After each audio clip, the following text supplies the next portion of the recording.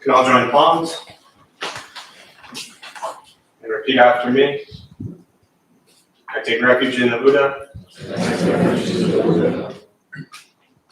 I take refuge in the Dharma. I take refuge in the Sangha. Keeping the palms joined.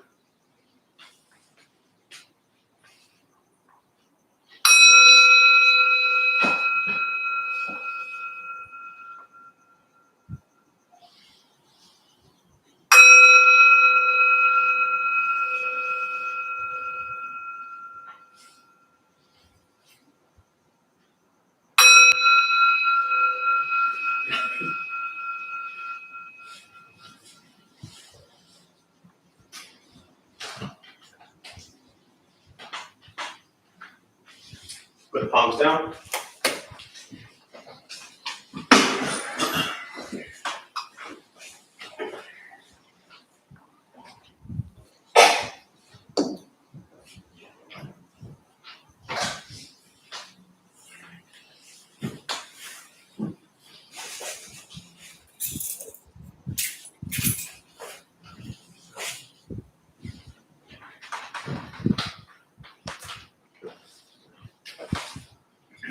All right, good evening all.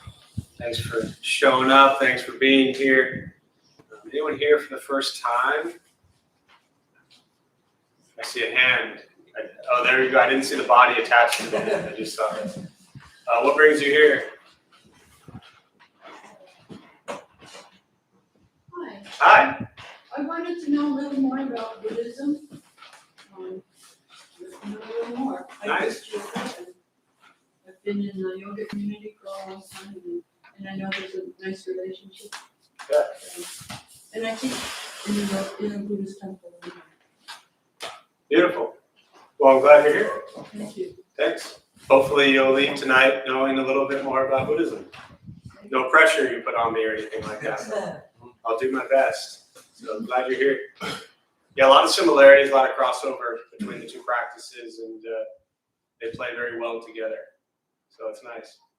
Anyone else here for the first time?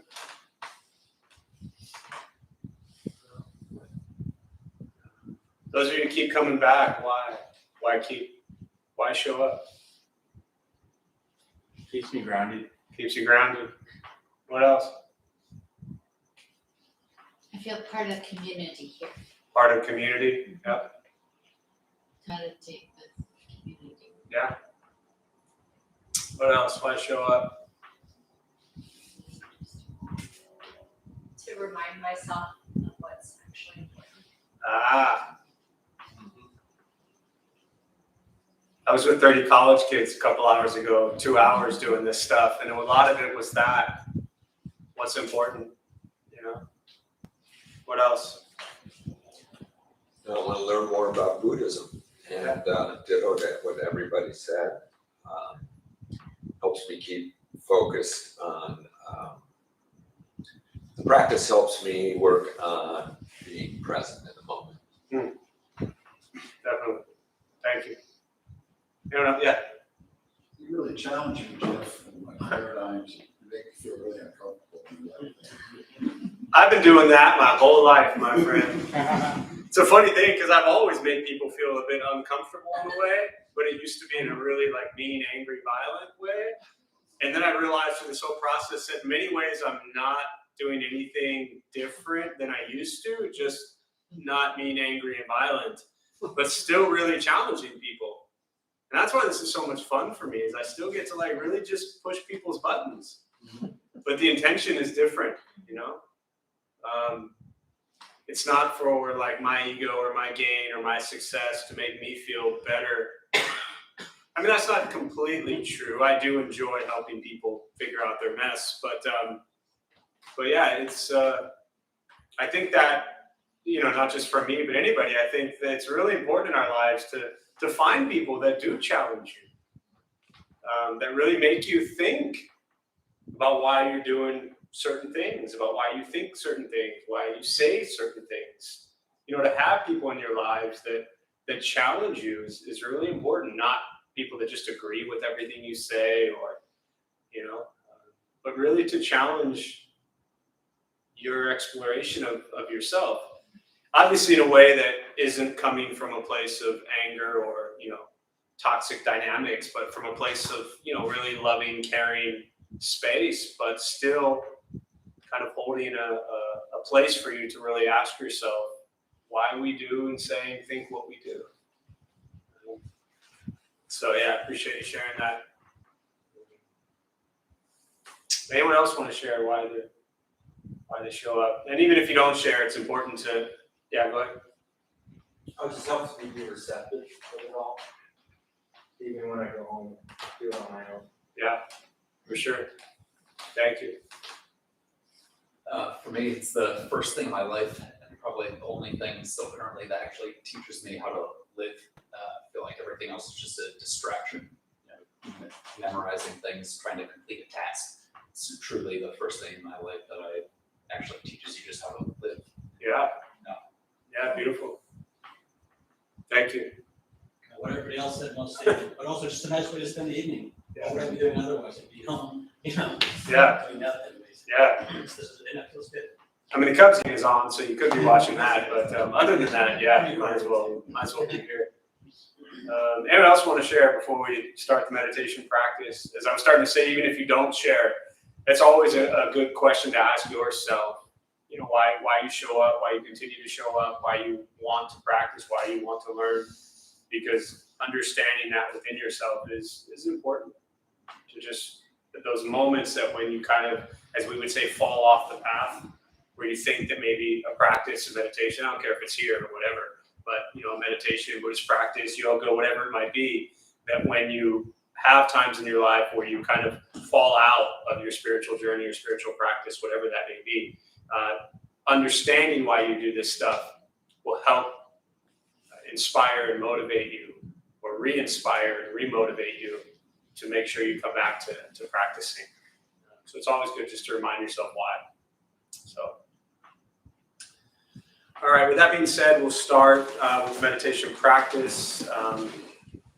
Welcome to those who are joining virtually. Glad you're here. Feel free to say hello, chime in somewhere in the chat box there. A couple things to tell you before we begin with the meditation practice. Nothing's going to happen to you. All right, you're not going to float away. You're not going to have any mystical, magical experiences. The mind that races all day long is not going to shut off. Don't judge your practice. I mean, you don't ask yourself, is this working or not working? Are you doing it right? Are you doing it wrong? We're just going to sit. We're going to breathe. All right, you'll hear sounds inside the room, sounds outside. This is life. Life is filled with chaos. And this practice is learning to get quiet and still within all of the chaos. Posture, you just want to be comfortable. If you're on a cushion, offer to help slide to the front third, pushing the stomach forward. If you're on a bench or chair, however you're seated, also just try to sit up straight, relaxing the shoulders. Hand can be on the knees or in the lap, whatever's comfortable for you. I will guide us as we begin, and we'll settle into a little bit of silence. Most important, do not expect anything. We're just going to sit and breathe.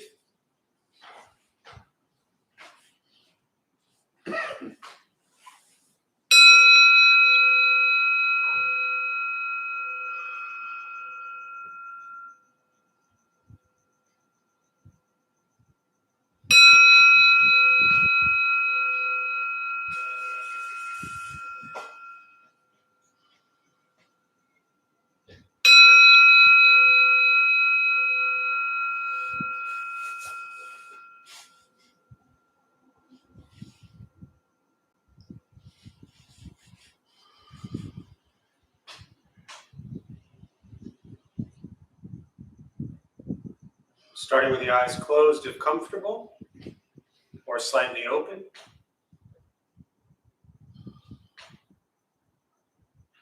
Mouth is open or closed, whatever's comfortable. We'll start with taking 3 deep breaths, slowly.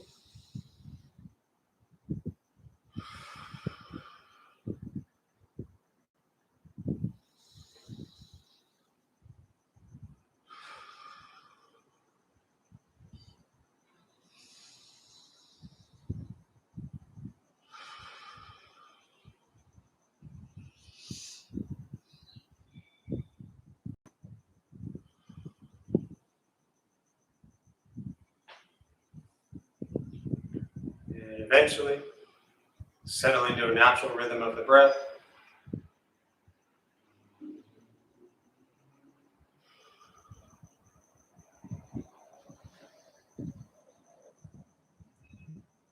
Noticing the mind as it wanders, jumping from thought to thought.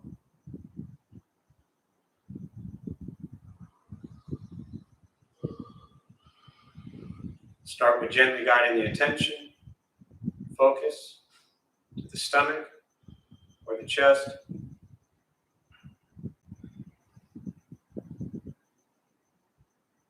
Breathing in, feel them rise.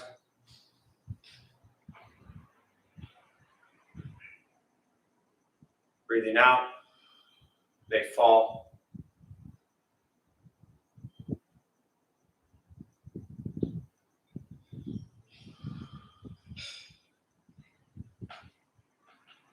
Simply continue this practice, observing sensation of breath.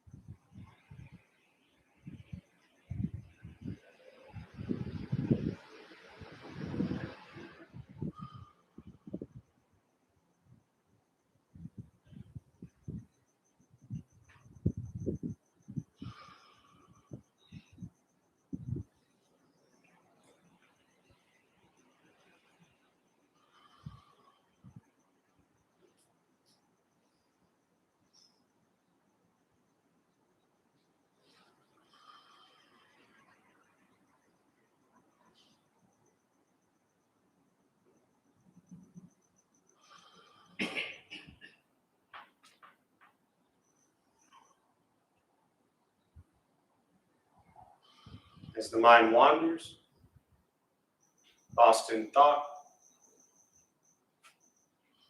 recognize it.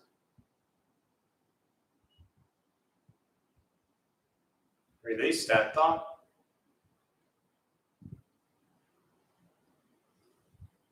Return attention, focus to the breath.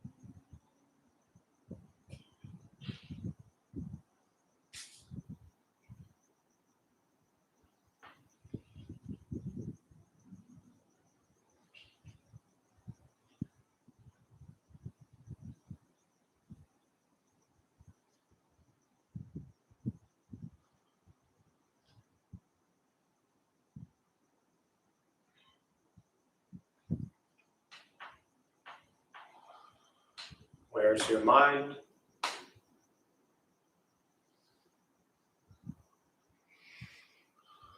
Return to breath.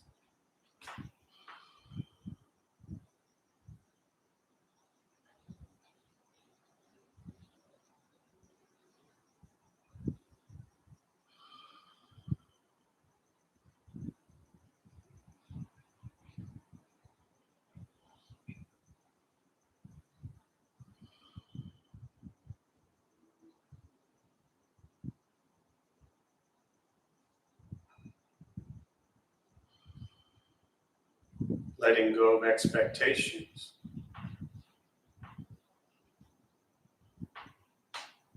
Letting go of judgment from the practice.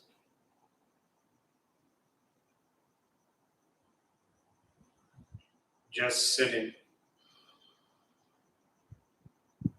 breathing.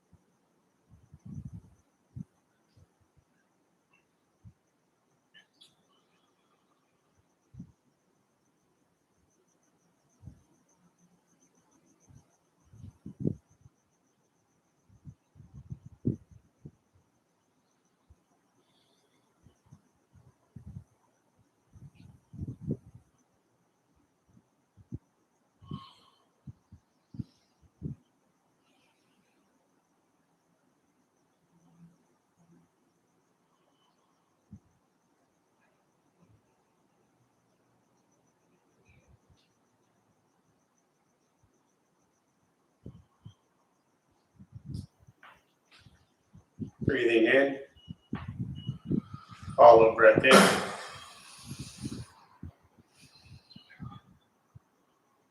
Breathing out. Follow breath out.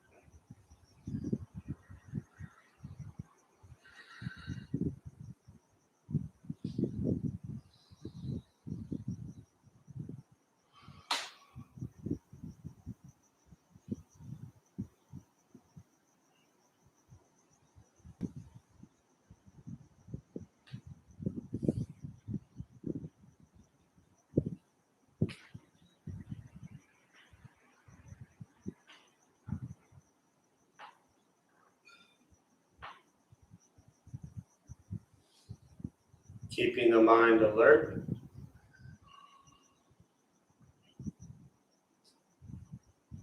Aware of each sound.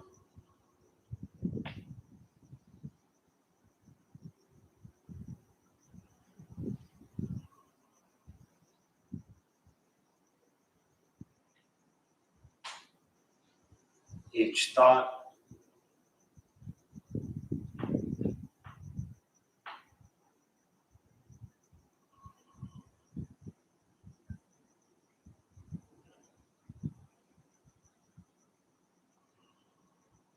Each physical sensation.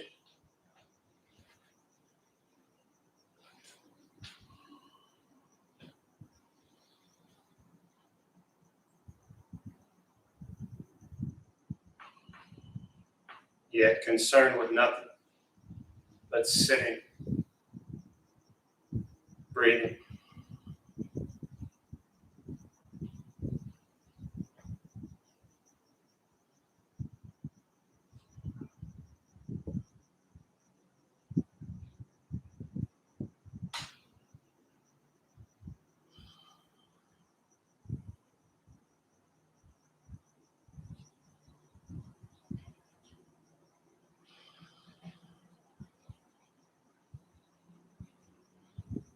And with the body still, rested,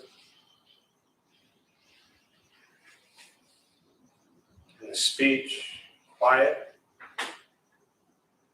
aware of all sounds, the mind learning to settle, know what it's like to just sit and breathe.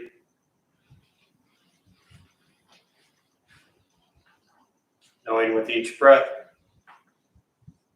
there's nothing else to do.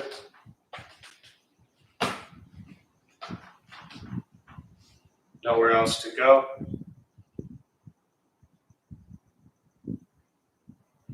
And no one else to be.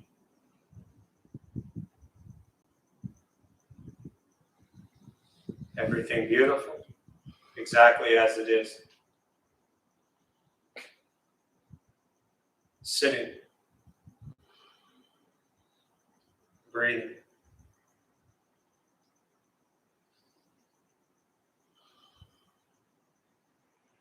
Once again, Taking 3 deep breaths slowly.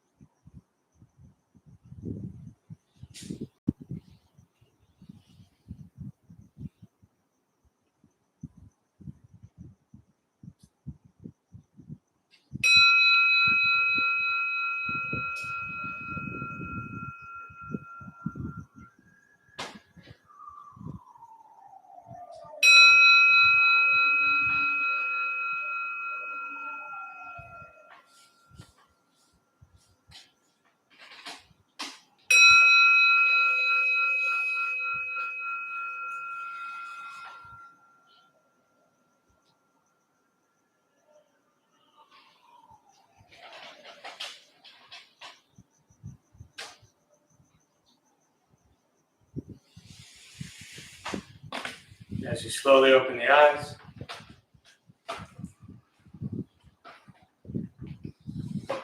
slowly beginning to move.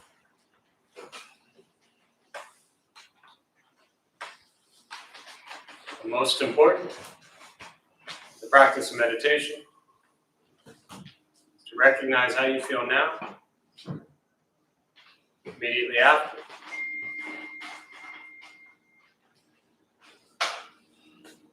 Compare this to how you typically feel throughout your day. Recognize the difference, if there is one. And ask yourselves how you prefer to feel every day for the rest of your life. And realize however you feel now, if it's quiet, calm, and still, or a busy mind, racing mind, whatever you're sitting with at this moment, has nothing to do with anything I said. It's nothing to do with how you sit, hold the hands, or cross the legs. It's nothing to do with the sounds around us or anything else for that matter. It's everything to do with your own mind and your own mind's reaction to an external condition. This is what the Buddha called pratitya samutpata, means dependent origination. This is the basis of the Buddha's awakening. The word Buddha simply means awakened. He was a human being, no different than any one of us, who began to understand why he suffered, why he got angry, sad, depressed, stressed, anxious. He began to understand the causal relationship of all phenomena. And what that means very simply for all of us, regardless of where you come from or what you believe in or where you think you're going, your whole life is filled with things that happen. You react. More stuff happens, more reactions. That's what we get. This practice is simply learning what it's like to respond to something quietly, peacefully, still. Because for most of us, the way you responded to the last 20 minutes is quite different from how you respond to everything else that's happening throughout your day. So all we're working on is closing the gap where the way you feel now is closer to how you feel always. Just as driven, motivated, productive, successful. Whatever that means to you in your respective lives. But with a mind that's steady, clear, focused, distracted by nothing, disturbed by no one. It's not an easy practice. It's not always fun. It's direct perception into the present moment. And very often throughout our lives, the present moment is incredibly difficult. And so this practice is learning to be with life as it arises and not running from every conflict, every challenge, every difficulty. But learning to sit with it for a little bit. Meditation is free. Buddhist practice is free. Sitting, breathing, becoming aware of what you think, what you say, and what you do. And that's it. And for me, the beauty of this practice is it's just every day. It doesn't change. Buddhist teachings don't change. We just over time get a, I think, wiser understanding of how to integrate them into our lives. To be able to see where greed, anger, and ignorance hurts our life and the life of those around us. And to see where the practice of generosity, compassion, and wisdom benefits our life and the life of those around us. Those teachings never change. The teachings of impermanence, the teachings of non-attachment, the teachings of non-self, all these basic teachings, which, I mean, you could literally read just about everything you ever needed to know about Buddhist teachings in under an hour. And I mean that very seriously. And then you take that and you try to figure out how to make it become a part of your life. That's the difficult part. And for me, that's why I say the same thing over and over and over again. I remember years ago, Vicky, who's been around for years, at the beginning, often I'll ask, as you know, why show up here? And her response was that I say the same thing every single time, and she just needs the reminders. And for me, that's kind of like the practice to me as an individual is I share and practice the same thing every single day. And I just need the reminders. So thank you all for showing up. It allows me to remind myself to do this stuff. So I appreciate it. So I'm just going to pause. And as always, I really prefer just to respond to questions. Meditation, Buddhist practice, anything that you're sitting with. We'll use the rest of our brief time this evening and I'll respond to what's on your mind. And for those who are joining virtually, again, welcome. Glad you're here. Feel free if you have any questions to share them somewhere on the chat box and or somewhere on your screen and in the chat box, and I'll do my best to respond as well. So we'll open up to questions.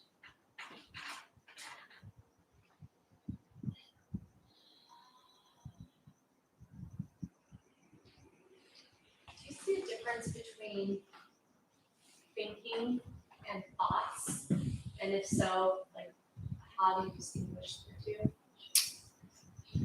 Do I see a difference between thinking and thoughts? And if so, how do I distinguish between the two?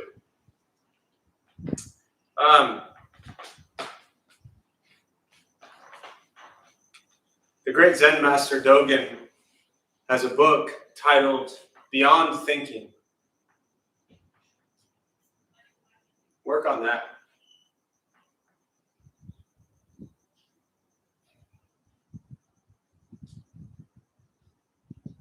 Is it in the library?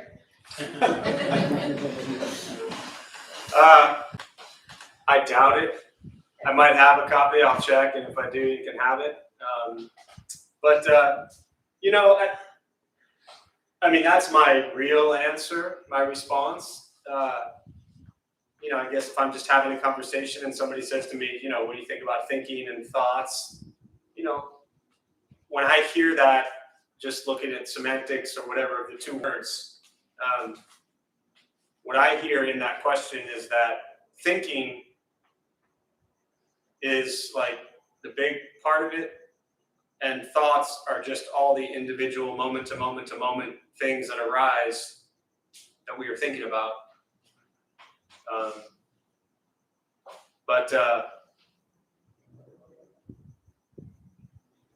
I try to not do much of either. Yeah. And it's difficult too because, and you've heard me a lot talk about kind of this idea of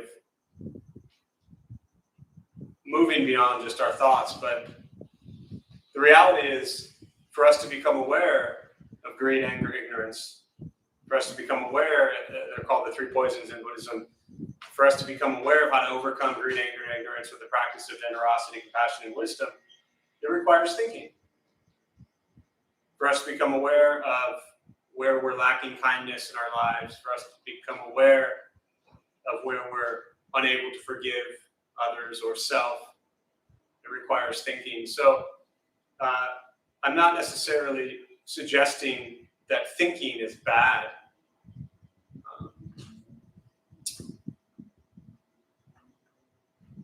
But sometimes we can just do it too much. And sometimes it's nice to not think and just be. Yeah. So. Yeah. Does Buddhism say anything about grace? About what? Grace? Grace.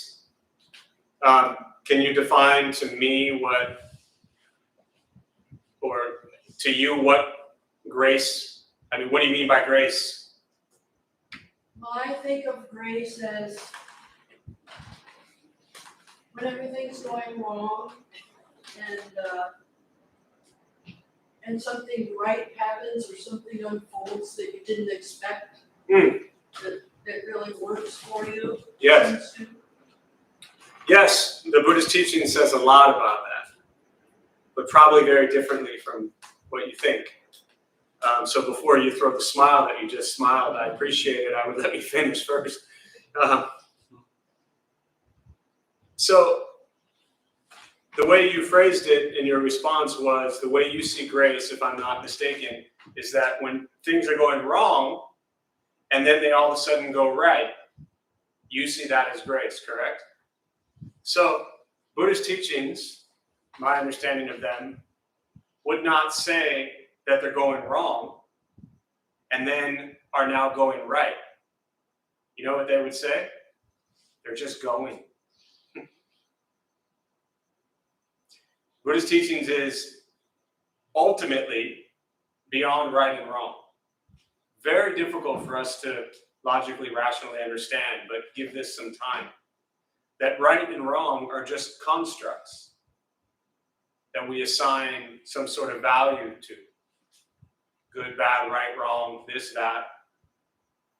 And the Buddhist teachings talk about karma. And the word karma it's not what goes around comes around. Karma literally means action. And the Buddha taught that we generate karma in three ways: what we think, what we say, and what we do. So our entire lives, the metaphor I always use is if you play pool and you hit the cue ball into the rack. When that cue ball hits the rack, every time every ball goes in a different direction. So our entire lives, we are the cue ball. And every person, place, and thing we interact with, we leave an imprint.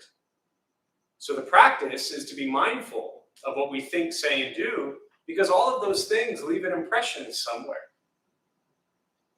To assign judgment on those things and say they're going bad and now they're going good, that's where it doesn't go there. They're just going. Now, does that make sense so far? And when I say does that make sense, I don't necessarily mean to people, do you agree or disagree? But do you intellectually understand that things are just going? Now, what you would consider going bad to then going good, defining that as grace, to me, what the teachings would say about that is that's where you introduce the Buddhist teachings on impermanence. What I'm hearing you say is that something changed. And the Buddha taught all conditioned phenomena are subject to impermanence. Everything, every moment is changing. Our entire lives, every moment. This is the practice and understanding of impermanence, that everything we have in our life right now, the people, the places, the things, everything in our life right now is changing, and at some point will be gone, including us. We'll be gone. Poof. Like, boom. So why waste any moments being angry and sad and miserable at very often the most meaningless things? when our lives could be gone any moment.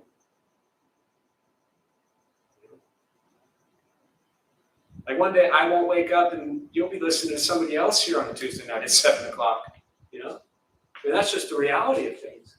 And if you can embrace that and accept the impermanence of all phenomena, including ourselves, which is the greatest attachment we have, the things we hold on to so dearly, they're just fading away. And to me, I don't see this as sad. I see this as the truth. And if you can see this as the ultimate truth, then it will change how you do things. All the things, you know, that we thought somebody said important. Who said you, Daniel? Someone said at the beginning, focus on what was important, Katie, right? All the things that we see are so important in the big picture, many of them are not. And when you realize that our life at any moment can be gone, it really helps you focus on what is important. So change is constant. Yeah. I don't know if that's helpful at all. I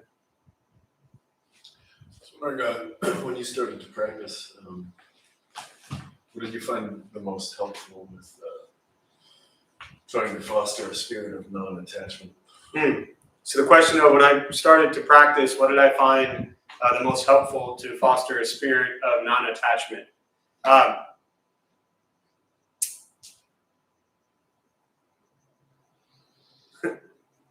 So I'm not suggesting everybody do this. I'm not even suggesting anybody do this. It was helpful for me. I got rid of everything. For the most part.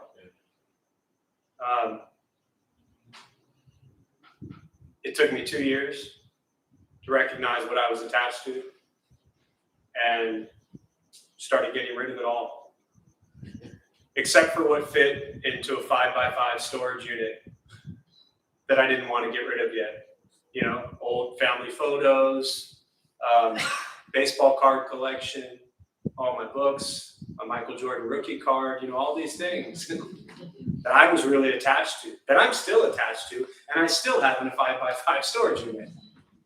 But the beauty of the way that, you know, I kind of structured and manipulated this weird little attachment thing is I'm attached to it and I held on to it, but I locked it away. Meaning once a year I'll go look at it, I take it all out, you know, organize it, look at the whatever's in the 5x5 storage unit, thinking I'm finally going to get rid of all of it, maybe get rid of one more thing and put it all away until the next year, right? But I just got rid of everything I had. Because for me, again, that's why I said I'm not suggesting this to people. I actually don't suggest this for most people. For you, however, it might be helpful. I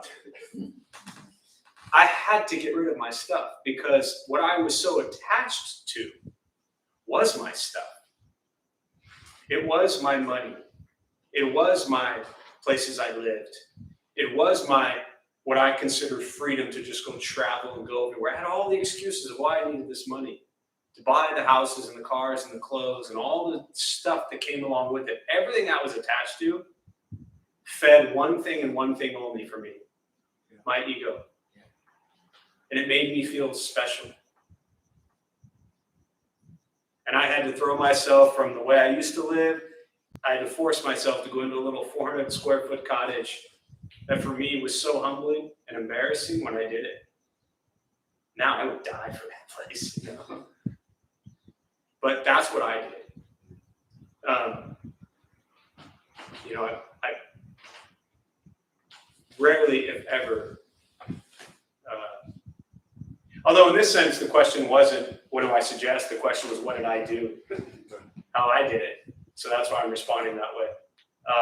What I typically suggest to people is look at the things you are most attached to and see a few of them that you can maybe minimize, cut down, or move away from.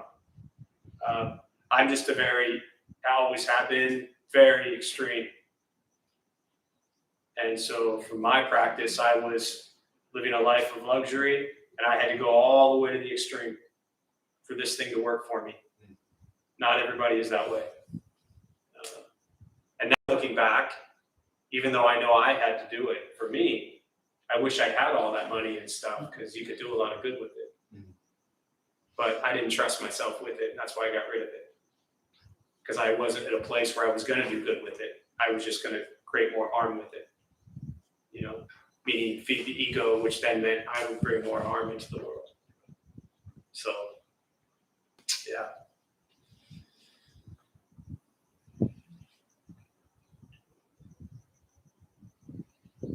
What else? Yeah, sorry. I have a hard time with like being in acceptance and also wanting to make goals. Yeah.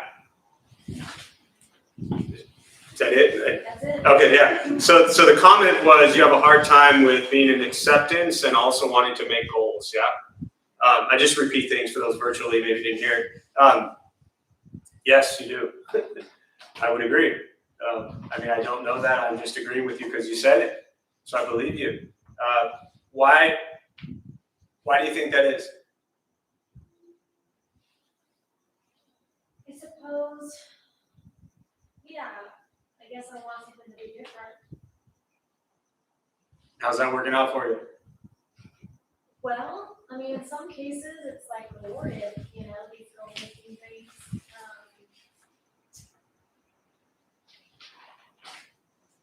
I think generally it doesn't feel great unless the goal is rewarded or something, and it feels like, well, Yeah. I have a reason. Yeah. So I think it's important to understand that, you know, we all struggle, I should say, with the balance here. And the Buddhist teachings on the middle path, finding a balance, right, is really important.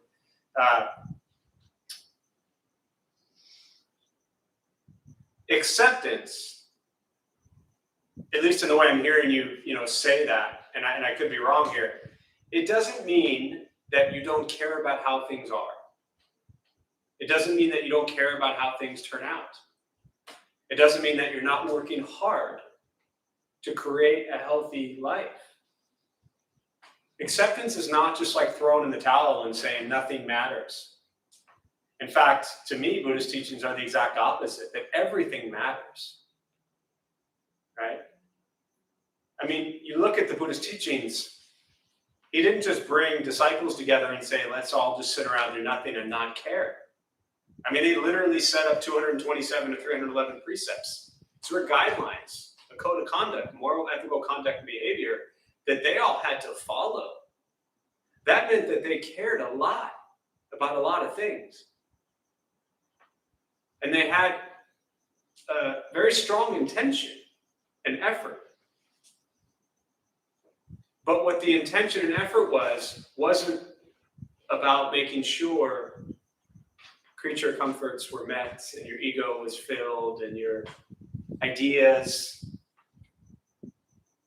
were all, fulfilled. So the problem isn't having goals. The problem is, or the question is, what are the goals? What's the intention behind them?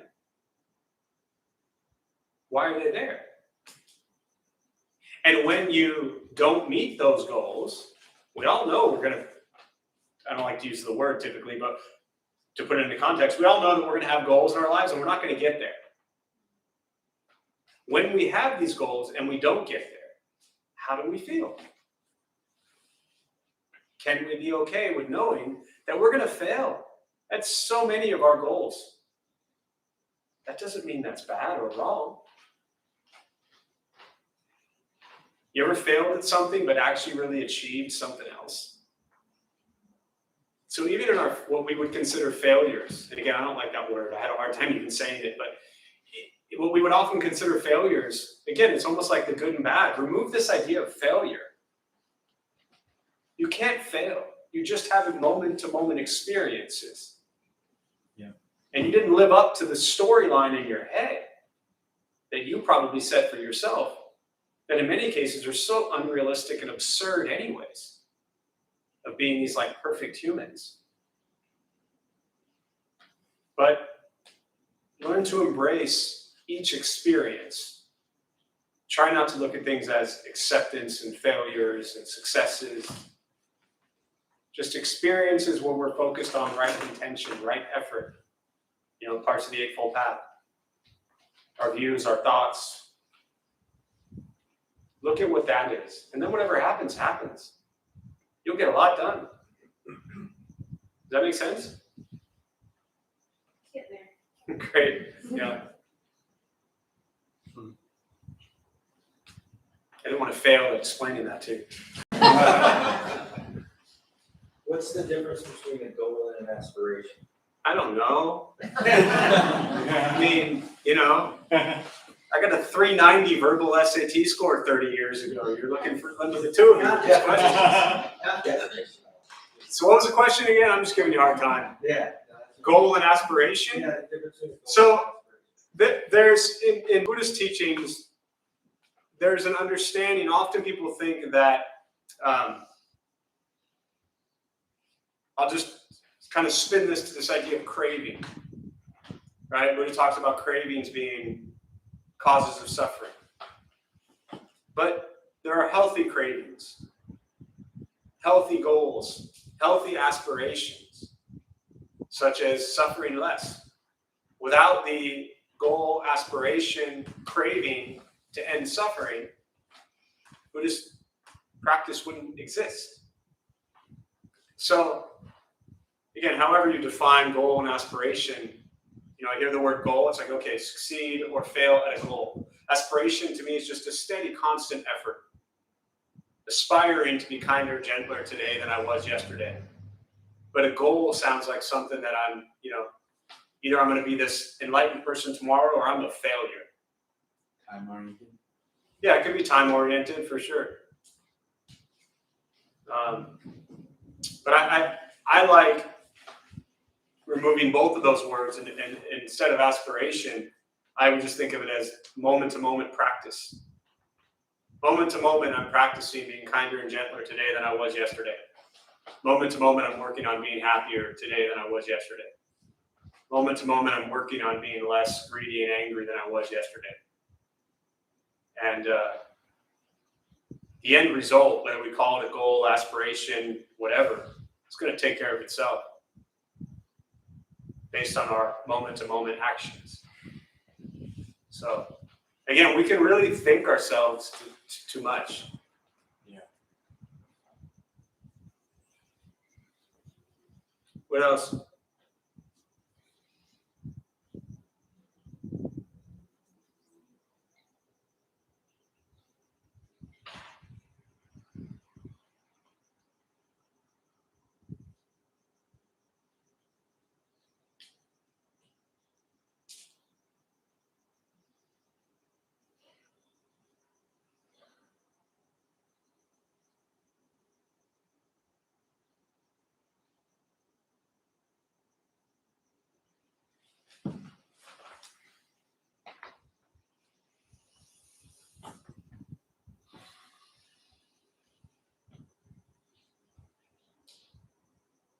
And at times, this practice can seem daunting. You can have these ups and downs and waves with it of like you read all this stuff, you learn all this stuff about being kind and compassionate, and then you'll start comparing yourself to every book you read about Buddhism and compassion. Don't do that. Don't judge yourself based on what you read or what you hear. Just the awareness of where you're at in your life. Just be honest about it and continue to practice. What else? Thoughts, questions? I just wanted to share that and I don't know if this is good or bad, no judging on it, but I created something that's helped me in my practice is I have a jar that I keep, and anytime I find that I'm speaking unkind words, I put $1 in it, and then I put it in the Donna box on Tuesday nights, because it's a way for me to be self-aware of like, oh, that was probably not a very kind thing that I just Yeah. thought. I'm getting better at catching myself when I'm thinking things, but sometimes those don't come out. Mm. And I'm trying to like work on my practice of recognizing when those things come out. And for me, I'm like, what can I do that's like trying to get back to what's helping me practice Yeah. this. And so I know it reminded me because I noticed you moved your box. I'm going through the 50,000 inappropriate comments that I'm going to make right now, and I'm saying none of them. So You know, this practice does work, you know. But I think setting up little things like that to where we, you know, to me, Buddhist practice, like I said, and I'm glad you said that because I think that very often, and I know my approach, you know, is very serious. It's just the nature of how I always was, and so I try really hard to kind of joke about this stuff and make light about this stuff and to laugh about this stuff and to make the practice of kindness and compassion, generosity, all these things, to try to make it a fun part of your life, to not be so serious about it. Because often being so serious about stuff is what actually led you all here to begin with, whenever you first showed up here, whether it was tonight or 10 years ago, right? This holding so tightly about everything being so serious in your life is what leads a lot of people to Buddhist practice to begin with, or any spiritual journey. So try to kind of loosen the reins a little bit on this like perfect little box that you think you're supposed to fit into. And just realize there is no box. Yeah. Just shatter it. That's good. But thanks for sharing. What else? Thoughts, questions? Yeah. So the way I'm processing today, it's very timely. And that in my work, if I were to look at the whole of it, it would just overwhelm me. It does at times. But when I'm just focusing on what's in front of me, it's really beautiful. I get in this flow state. It's, if you speak to that just a little bit. Yeah, I think that, you know, there's in really Buddhist practice, there's a lot of, and I'll kind of close with this thought, but conventional reality and ultimate reality. And, you know, ultimate reality is impermanence of all phenomena, you know, the coming and going of all thoughts that are completely empty, the enlightened mind that would see no duality whatsoever, without recognizing that they're seeing no duality, because if you recognize that you are seeing no duality, you're actually giving rise to duality. So there's the ultimate reality of all those things. And then there's the conventional reality of we wake up, we want breakfast, we got to go to work, go to school, pay a bill, deal with family, deal with friends, deal with traffic, deal with colleagues, deal with students. There's just the conventional reality of what is going on in our day-to-day lives. And to me, the more that we can bring in this ultimate reality, non-dual way of being, the easier life is. Yeah. Doesn't mean all your bills go away, doesn't mean all the pressures go away, doesn't mean all the people go away. But it means that you're able to be present with each moment as it arises without creating a lifelong story around every single moment. And that's kind of why, you know, kind of the questions like the thinking stuff is that things happen throughout our day. And can we just observe that thing as it's happening? Or do we see one thing that happens and then spend like an hour thinking about it and analyzing it and judging it and labeling it and complaining about it? And then when we finish that internally, then we got to pick up the phone or pick up the, you know, start typing everything we just thought about and complained about and griped about silently. Then we have to go do that same thing to everybody else. Or can we just be with life as it arises? And that takes a lot of practice to not attach to every moment as if it's any more or less important than any other moment. So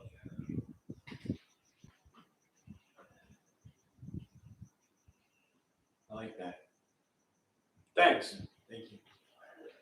I guess to close on that thought, I think that's something that's been helpful for me is once I stopped trying to like understand Buddhism, because it can get very intellectual, very heavy. Once you stop trying to understand it and you start to try to just integrate bits and pieces of it into your life, then there's less and less to try to understand. There's less and less to try to think about. I mean, how much time I spent thinking about Buddhism? Tuesday from 7 to 8, and Saturday from 11 to 12. And I just give that as an example of like, I don't sit around thinking about Buddhism. I think about what are my actions? That's it. So, all right, so I'm going to close on that. We'll join palms. May the benefit of this practice be shared with all beings in all directions. May all be at peace. May all be free from suffering. May any merit gained from this practice be transferred to Peter, Robin's friend, during his time of rebirth, and to their family and friends who suffer at this time. May they all be at peace and free from suffering. May we all be at peace and free from suffering.